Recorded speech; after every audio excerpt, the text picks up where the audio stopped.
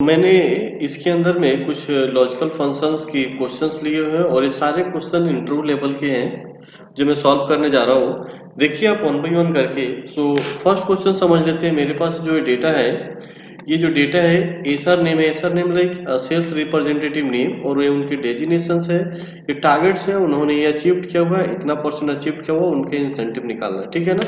Incentive के लिए slab क्या कहता है समझ लेते हैं। स्लेब बोलते हैं कि ये डेजिनेशंस है, टीएसएम टीएससी और टीएसआई तीनों के ऊपर इंसेंटिव चल रहे हैं। अगर टीएसएम 100% अचीव करता है तो उसको 5000 मिलेगा। टीएससी 90% और 90% से ज्यादा करता है तो 3000 मिलेगा। टीएसआई 80% और 80% से ज्यादा करता है तो 2000 मिलेगा। कई एक चीज समझना बहुत ज्यादा जरूरी है क्वेश्चंस को। यहाँ पे क्वेश्चंस है कि डेजिनेशन टीएसएम होना चाहिए और अचीवमेंट अगर 100 और 100% से ज्यादा है तभी उसको 5000 मिलेगा। इन दोनों चीज को, ये दोनों ही कंडीशन ट्रू हो तभी उसको 5000 मिले। इन सिचुएशंस में आपको एंड का हेल्प लेना पड़ेगा। सबसे पहले आप एंड फॉर्मूले के थ्रू यहाँ पे जाके चेक कीजिए क्या ये टीएसएम है। ओके, इन्वर्टेड कॉमा के अंदर में, सॉरी। और दूसरा में जाके आप ये चेक कीजिए क्या इनका जो अचीवमेंट है वो 100% या 100% से ज्यादा है। इंटर मार दीजिए और यहाँ पे मैंने इसको ड्रैग कर दिया। तो ये क्या हुआ, जहां पे दोनों कंडीशन फुलफिल हो रहा होगा वहीं पे ट्रू देगा और जगह पे नहीं देगा। गाइस यहाँ पे भी था बट यहाँ पे नहीं दिया बिकॉज इसने 92% ही किया हुआ है। तो आप हमेशा याद रखिए जहां पे जो कंडीशन मांगा जा रहा है और दोनों ही कंडीशन के बिहाफ पे अगर इंसेंटिव दे रहे हैं तो उस दोनों कंडीशन को वेरीफाई करने के लिए एंड का हेल्प लेना पड़ेगा आपको। ठीक है ना। अब हमने क्या किया, यहाँ पे कंडीशन वेरीफाई कर लिया है और आप आंसर चाहिए तो आंसर के लिए आपको लगाना पड़ेगा इफ, और आपने बोला कि वैल्यू ट्रू हो तो उसको मिल जाएगा 5000, एल्स क्या नथिंग। फिलहाल तो यही बोला है आपको 5000। ओके। एक कंडीशन तो मैंने यहाँ पे लगा दिया। ठीक है। अब दूसरा कंडीशन बोलता है अगर टीएससी और 90% हो तो उसको 3000 मिलेगा। तो मैं कुछ नहीं करूंगा, बस इस फॉर्मूले को कॉपी करूंगा यहाँ तक, कंट्रोल सी, और जहां पे मैंने ब्लैंक किया यहीं पे फिर से रिपीट करा दूंगा, डेजिनेशन चेंज कर दूंगा।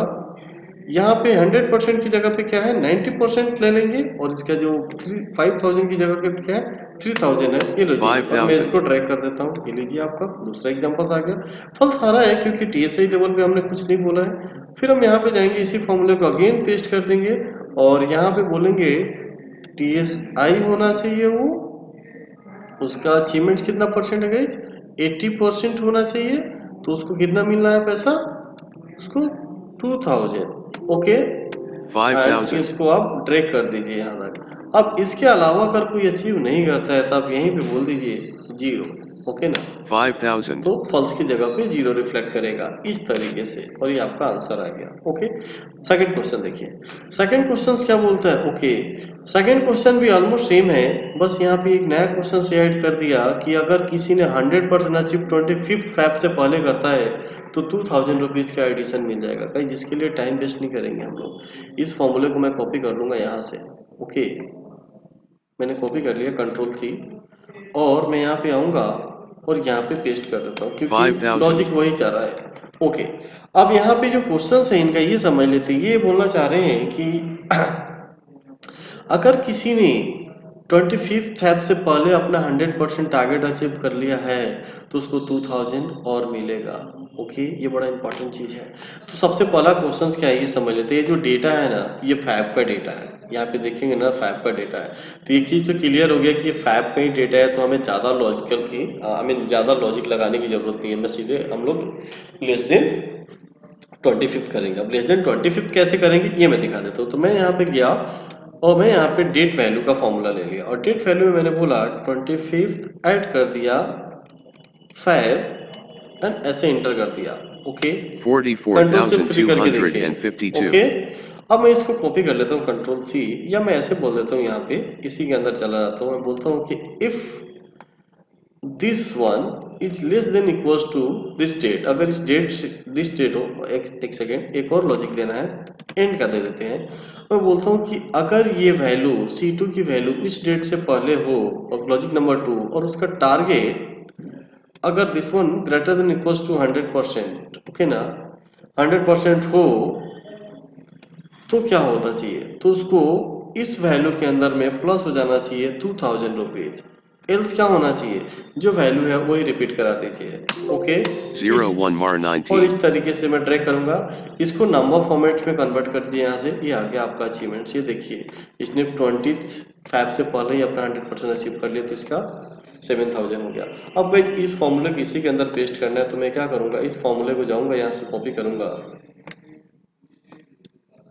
कंट्रोल सी, इसका एड्रेस क्या है G2। अब यहाँ पे जाके देखिए, जहां पे आपको G2 दिखेगा वहां पे आप पेस्ट कर दीजिए। दो तरीका है, एक तरीका तो फाइंड से भी आप कर सकते हैं।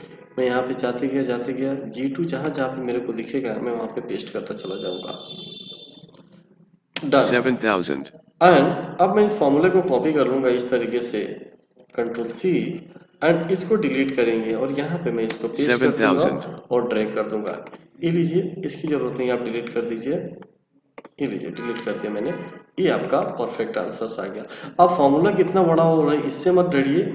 दो चीजें मैं यहाँ पे बोलना चाहूंगा, एक तो मैं सारा फॉर्मूला लॉजिकल फंक्शंस के थ्रू ही सॉल्व करने की कोशिश करूंगा।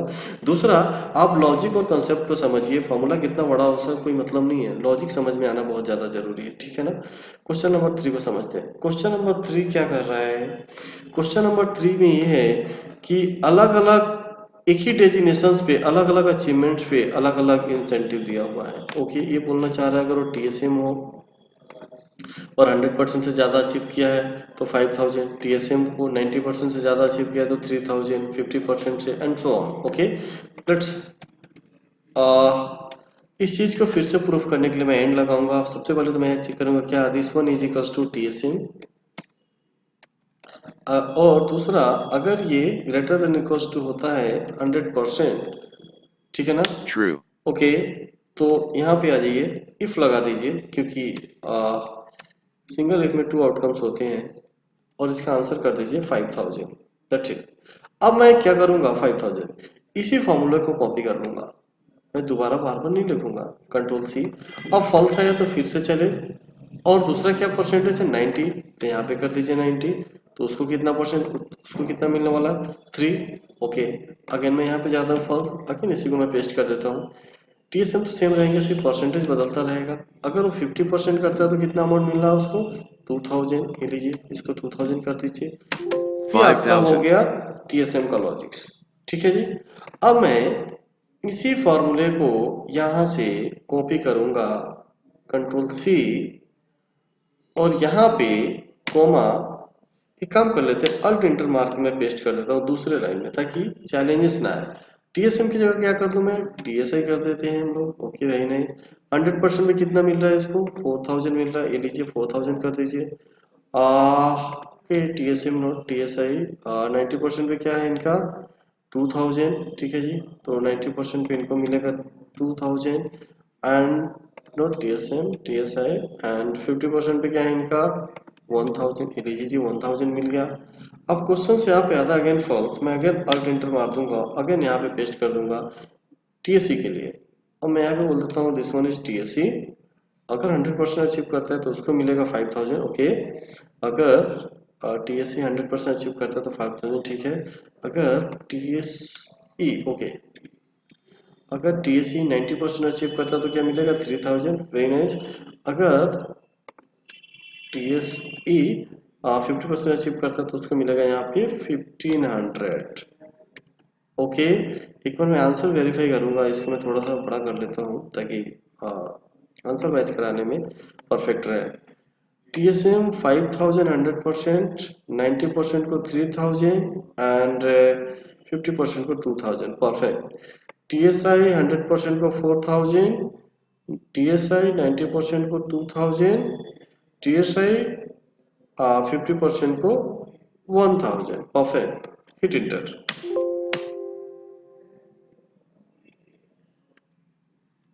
Bracket close, bracket close.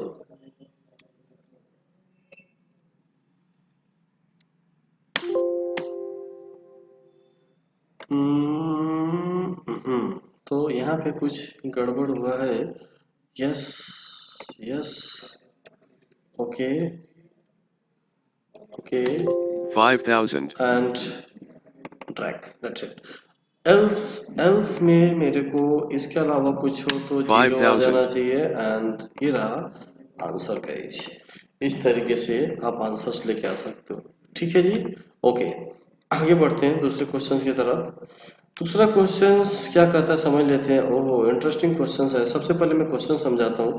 Question है, if the current date is at least 15 days away it will display the alert. Guys बड़ा इंपॉर्टेंट क्वेश्चन है, ये समझ लेते हैं। तो मैं समझा देता हूँ। ये मेरे पास कुछ कैटेगरीज है, ये आई मीन SQIDs है, ये SQIDs है, इनका मैन्युफैक्चरिंग डेट है और ये एक्सपायरी डेट है।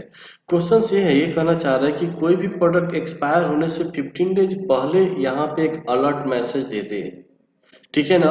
और वो जो अलर्ट मैसेज होना चाहिए वो एवरीडे डे के हिसाब से अकॉर्डिंगली चेंज हो जाना चाहिए। जैसे मैंने यहाँ पे कुछ लिख रखा है, ये है कि the product is about to expire on 15 days left. कल को 14 होता है तो 14 डेज लेफ्ट, इट मीन्स ये ऑटोमेटिकली होना चाहिए। ठीक है ना। दूसरा क्वेश्चन है, अगर वो 15 डेज हो जाता है, लाइक वो प्रोडक्ट एक्सपायर हो जाता है, तो उसके सामने ये लिख के आ जाए प्रोडक्ट एक्सपायर्ड। अगर उसका आज लास्ट डेट है, लाइक आज एक्सपायरी का लास्ट डेट है, तो वहां पे ये भी आ जाए today is the last date. Okay, today is last date. ये तीनों आंसर्स है जो आप उनको यहाँ पे लेके आना है। ओके, तो सबसे पहले मैं क्वेश्चंस यहाँ पे एक कॉलम इंसर्ट कर लेता हूँ, मैं आपको समझाता हूँ। मैंने बोला दिस वन माइनस टुडे। ठीक है जी, ओके। Hashtag hashtag hashtag इसको नंबर hashtag में, hashtag hashtag hashtag hashtag hashtag उसको नंबर में कन्वर्ट कर देते हैं। अब यहाँ पे देखिए ये क्या हुआ, यहाँ पे समझ लेते हैं। आज ये एक्सपायर हो गया, ये 1 मार्च को एक्सपायर होने वाला, तो इसमें 8 डेज है अभी, ये 20 मार्च को एक्सपायर होने वाले हैं। Very nice. अब मैं यहाँ पे लगाऊंगा सबसे पहले इफ नो इशू एंड, मैं बोलता हूँ अगर ये greater than equals to 0 and less than equals to 15, ठीक है, तो क्या हो, तो यहाँ पे आंसर आ जाए। तो आंसर क्या है, आंसर ये आ जाए इस तरीके से, the product is about to expire dash, concatenate के साथ में इसी को मैंने ज्वाइन कर दिया ताकि डेज भी लेना है मेरे को, स्पेस अगेन, और यहाँ पे मैं इस तरीके से डेज लिख लिया and hit enter, that's false. It. Okay, try कर लेते हैं। ये लीजिए, एक आंसर तो मैंने निकाल दिया। 8 डेज बचे हुए, 4 डेज बचे हुए कि नहीं लिया इसने, परफेक्ट। ओके, अब मैं यहीं पे जाता हूँ और मैं बोल देता हूँ, एक और कंडीशन देता हूँ, if this one is less then 0, less than 0, तो क्या चाहिए, तो इसका मतलब है प्रोडक्ट एक्सपायर हो गया, प्रोडक्ट सॉरी एल्स जैसे चलता है ऐसा चलने दीजिए। Product expired. ओके, इस तरीके से मैंने ट्रैक कर दिया। अब गाइस यहाँ पे एक चीज और है, expired expired, very nice very nice. Answer एक बार चेक करना, करेक्ट जा रहा है ना, परफेक्ट। अब मैंने ये भी बोला कि अगर वो लास्ट डेट हो, अगर वो लास्ट डेट हो तो यहाँ पे ये वाला आंसर आ जाए। तो मैं एक और इफ लगाऊंगा यहाँ पे और मैं बोलूंगा if this one is equals to 0, मैं बताता हूँ क्या करूँ, तो उसका आ जाए ये लिख के today is the last date, ऐसा एल्स जैसा चलता है चलने Product दीजिए। expired. ओके, एंड ये रहा। अब इसके अलावा अगर कुछ आता है यहाँ पे, इसके अलावा अगर कुछ आता है, इसके अलावा कॉमा देते हैं तो भाई ब्लैंक हो जाए यहाँ पे। Product expired. ओके, इस तरीके से ये लीजिए।